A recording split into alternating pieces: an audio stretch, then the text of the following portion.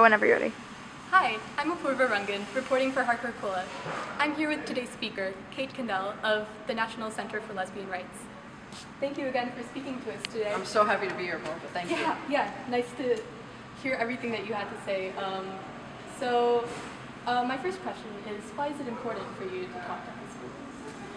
Oh gosh, one of my favorite things is to talk to students, because I really have this sense, I mean, not only do kids of my own, so as I look out on this crowd, I'm like seeing my son and my daughter, but because I feel like it's really important for young people to have a sense of the moment we're in. I think sometimes you get so wrapped up in, you see all the headlines and you realize something's happening, but you don't realize how important it is. And I don't want, 14, 15, 16-year-olds to wake up 20 years from now and be like, oh my gosh, I should have appreciated that moment more. I should have been more aware of what was happening. So part of it is awareness, and the other part of it is I want to create a sense of investment that you're all responsible for what happens next. Because I'm not going to be doing this stuff forever, and you really are, and it's not tried in any way. You're going to be the leaders that will be finishing this work. So, kind of following on that, how do you think people our age could get involved in the LGBT cause more formally, or what avenues do you suggest? Gosh, there's so many things that you could do. I mean, obviously, I know you've got a GSA here at Harker, so getting involved with that's super local.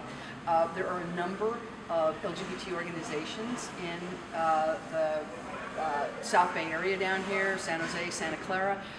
There are some youth organizations. There's, the Billy Frank Center. Calling them up and saying, look, I'd like to start a youth group, for example, or do you have something? Do you have a volunteer position that I could take? Are there things that I could, how could I get involved? All of these organizations can definitely use, the energy and the vision and the intensity of the people in this room. And then, as you think for the future, as I run a nonprofit myself, always thinking about, as you start to make money, donating a piece of that, 10% of that, to organizations that you care about that are doing good work. I don't even care if they're LGBT or not, but being a philanthropist, even if it's, $20 a year. Okay, thank you.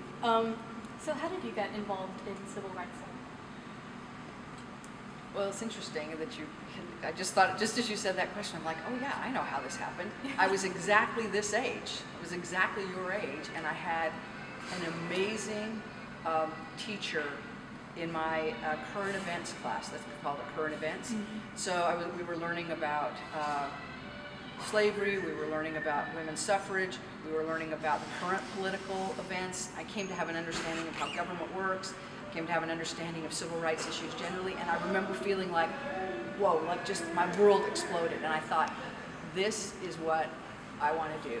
That was the beginning of it, and it was kind of a circuitous route to get to this work, but it started with a teacher. All right, thank you so much again for talking to us. My pleasure. Yeah. Absolutely. Thanks, everyone.